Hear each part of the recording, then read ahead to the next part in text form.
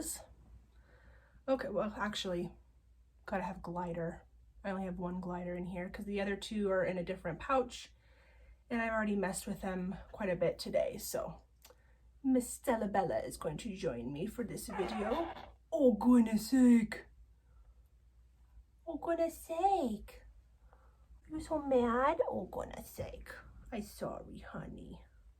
I won't make you stay out for very long, I promise. I won't make you stay out for very long. I'm sorry. Yes, I'm sorry, baby girl. She says, you already made me get out once today. I know, I'm so sorry.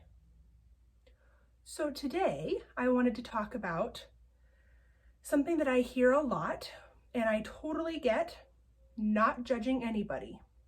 Let me just start off by saying that. I understand the tendency to want to say this and to think this way, and this is a way that I used to think also, but I just want to point out some things that I have since learned that I think make a difference in how you think about this. So, rambling. So what I will say is, when people say, my sugar glider is so mean, I want to talk about that a little bit. I'm gonna put her back because she's just like done for the day. Hold on.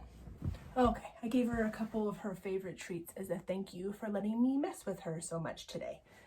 So I was gonna trim their nails today. I am not going to, because instead I filmed a couple of videos today and really messed with her a lot. So I'm just gonna wait and do that tomorrow or Tuesday. I'm easily distracted if you haven't noticed. My sugar glider is so mean. I hear that a lot. And like I said before, I get it. I understand why you would say that. I understand why you would think that. I'm gonna just pose an alternate way of thinking about it. So bear with me. If a King Kong type creature had you in their possession, they gave you everything that you wanted, and they would feed you, and they were nice to you, do you think that you would automatically trust that they had your best interest at heart and that they were not going to hurt you? Probably not so much. Or if a tiger somehow got you to be with them alone and they were nothing but nice to you, I don't think you would automatically trust that that tiger or that King Kong or whatever that was not going to hurt you, because everything in your body and in your prior knowledge or experience, in your genetic makeup, would be saying, run, flee, do everything you can to get away from this animal. I think you see where I'm going with this. So when we bring a sugar glider into our home, they see us as that. They see us as a big King Kong or a wild tiger that, even though we have not done any harm to them so far, they do not trust that we will not. And it takes a long time sometimes for them to trust that you're not going to harm them. So when you say your sugar glider is mean, really what you're saying is your sugar glider is scared. Just like if you were in that situation with a King Kong, you fighting back against that King Kong or running away or hitting him and smacking him, trying to escape, that wouldn't be you being mean, right? You would be defending yourself. You would be protecting yourself. You would be doing everything that your genetic makeup was telling you, screaming at you to do. You need to escape. You need to run away. You need to fight back. The only way that that is going to get better is with time. In time, if that King Kong or that tiger showed you that they really were not going to hurt you, then you would develop a level of trust. But initially, it would go against everything that your body would be screaming at you to do, to just instantly trust them. Now, sometimes sugar gliders do instantly trust, and that would be the exception to the rule. That's not the rule. So we can't compare a glider that is naturally trusting and easily bonds with a human to a glider that doesn't and say this one is nice and this one is mean. they're not neither one of them is nice or mean. They're just different. This one had less of that natural tendency to want to fight back. This one is maybe more feisty. Maybe this one is advocating for themselves more by fighting you off, but that doesn't mean that they're mean. They are exotic animals. They are not genetically wired to trust us or to love us automatically. That's just not the way that they are. So that's my first point. And I'm only going to have this be 2 points, so it should be nice and short and sweet. My second point is by you continually saying to yourself or to other people that your sugar glider is mean, it kind of trains yourself to see them in that light. You then see your glider as a mean or nasty glider. So I'm going to use another analogy. If you have a child that is in the foster care system, say, and they have been neglected or abused or traumatized in some way, and then they come into your home and they are rebelling against you and they're acting out and they're nasty. They're being nasty.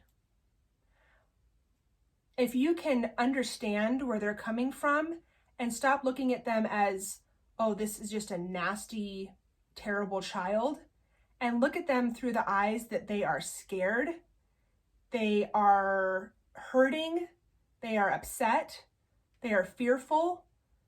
If you can reframe it and see it like that, then that's going to help you treat that child differently and look at that child differently. By looking at them differently, by seeing them differently, that helps you then treat them better, I think, or have a different perspective for where they might be coming from. Shifting your perspective might help you to have more patience with them, perhaps, might help you to empathize with them more, perhaps, to meet them where they're at a little bit more. Now, I'm not saying that your sugar glider has come to you from a place where they were abused or neglected. However, if you're dealing with a rehome situation or somebody that has previously had this glider, they may have come from a situation like that. I don't know. Even if that's the case, even more so, you should be patient. But either way, they just got taken from what they were used to, their normal, all the sights and smells and sounds and the company that they had at their previous place, whether that was the breeder or the home that you got them from. Now they are in an all new environment. They are scared. They are, in a sense, traumatized, even if we would consider it maybe mildly traumatized. Being uprooted from where you were from before is kind of traumatizing. So, not to say that animals are people, but I'm just using that as an example. If you reframe how you think about something or someone, it kind of can help you have more patience, have more empathy. And so every time you go to say, oh, my glider's so mean, try replacing that with, my glider is so scared. My glider is so confused. My glider is petrified. They don't trust me yet. All those things would help you frame how you're seeing your glider in a more accurate light, I think. And I think by seeing them with a more accurate light, it'll help you to then treat them the way that they deserve to be treated, instead of reacting poorly to how they're behaving because you don't quite understand it. Or even if you understand it mentally, because you've said so many times they're so mean, why can't you just be like my other glider that was so nice? I don't think that is helpful or beneficial in the situation. I think that even if you don't mean to, it could be inadvertently affecting how you're treating your glider. I hope that makes sense. So that's all I really had to say about that. I think that those two analogies were really helpful for me when I heard them. They were both kind of light bulb moments for me. And I think that we have a responsibility as sugar glider owners to love on these animals and be patient with them and meet them where they are, and have our expectations, how we interact with them, we should adjust that to what they need and not expect them to always be adjusting to what we need or what we want. Hope that makes sense. Hope you enjoyed this video. Please feel free to like, subscribe, share, whatever, and have a wonderful day.